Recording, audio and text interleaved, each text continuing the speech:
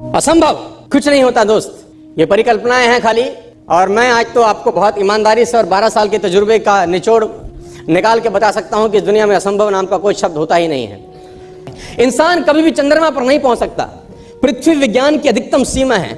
Doctor Li दी forest मशहूर वैज्ञानिक हुए, बहुत बड़े साइंटिस्ट हुए। एक स्टेटमेंट इन्होंने पास किया 1955 के अंदर, 1955 ही पास द स्टेटमेंट कि इंसान कभी भी चंद्रमा पर नहीं पहुंच पाएगा। It is impossible for a human being to cross Indian globe, earth globe. और पृथ्वी विज्ञान की अधिकतम सीमा है, लेकिन किसी बहरे ने इस बात सुना नहीं और पहुंच गया एक आदमी अपना बस्ता उठा के, जिसका नाम था in 1969। और उसके बाद तो स्पेस जर्नी ऐसी हो गई जैसे आप और मैं अभी पतिया और बैंकॉक चले जाते हैं।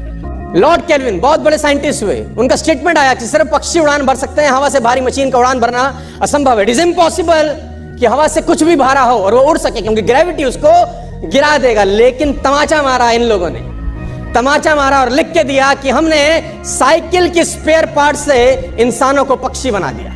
साइकिल के स्पेयर पार्ट से इंसानों को पक्षी बना दिया। 16 साल लगे राइट ब्रदर्स को जहाज का निर्माण करने में, लेकिन इन लोगों ने उसकी बात नहीं सुनी कि जो कहते थे कि वायु का सिद्धांत तुम्हारे विपरीत है।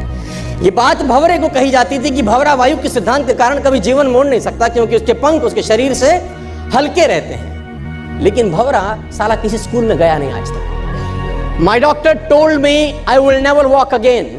मेरे डॉक्टर ने मुझे कहा कि तुम कभी चल नहीं सकोगी। My doctor told me you will never walk again. My mother told me I would, and I believed my mother rather than doctor.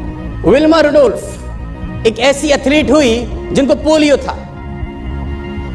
जिनको डॉक्टर ने कहा तू चल नहीं सकती, माँ ने कहा तू चल सकती है। उसने कहा मैंने डॉक्टर की बात नहीं मानी, मैंने अपनी माँ की बात मानी। 3 ओलंपिक गोल्ड मेडल जीती ये लड़की, 3 ओलंपिक गोल्ड मेडल, जिसको डॉक्टर कह रहा है कि तू चल। लेकिन मां क्या बोलती है, मैं आपको उदाहरण देना चाहूंगा सर। बहुत छोटे थे अल्बर्ट आइंस्टीन, दुनिया के महान वैज्ञानिक में से एक हुए, मंद बुद्धि कहा जाता था। 8 साल के थे, घर पहुंचे, मां को चिट्ठी दिया। When he was 8 years old, came to his home, given letter to his mother।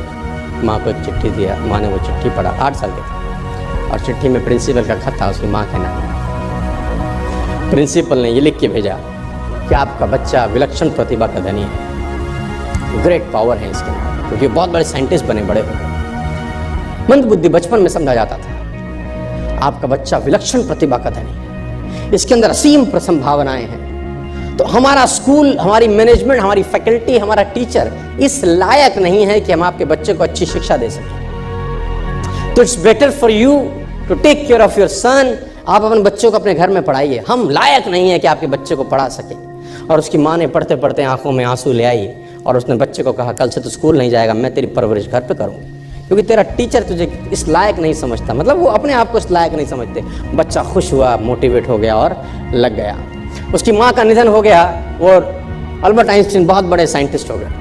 Albert Einstein जब बहुत बड़े साइंटिस्ट हुए तो मकान शिफ्ट कर रहे थे अपना, और जीवन का सच्ची घटना वो अपनी ऑटोबायोग्राफी में लिखते हैं कि जब मैं मकान शिफ्ट कर रहा था तो एक ड्रॉस के अंदर मुझे वो व्हाइट कलर का पेपर फोल्डेड अवस्था में मिला। मुझे समझ नहीं था कि क्या है। मैंने उसको फोल्डिंग अवस्था से मिट्टी को हटा के जब खोला तो वो उस टीचर का लेटर था जो बहुत साल पहले टीचर ने मेरे हाथ में दिया था और मैंने अपनी माँ के हाथ में रखा था। अब वो बड़ी उत्सुकता के साथ उस खत को पढ़ने लगे। जैसे उन्होंने खत पढ़ना शुरू किया और वो जार जार होकर रोए। उसमें लिखा था कि तुम्हारा बच्चा मंद बुद्धि है, ये हमारे स्कूल के लायक नहीं है, इसको आज के बाद हमारे स्कूल में मत भेजना, इसकी परवरिश खुद किया। माँ ने उल्टा पढ़ा कि नहीं, ऐसा नहीं है, तू सब कुछ कर सकता है, तेरे हाथ पास पावर है, तेरे में प्रतिभा है, यू कैन डू वंडर्स। दोस्तों, इस दुनिया में किसी की बात मत सुनना। नेवर एवर बिलीव एनीबॉडी कि जो तुमको बोले कि तू नहीं कर सकता, कान पे मारना, बोला साले तू नहीं कर सकता, हम करेंगे।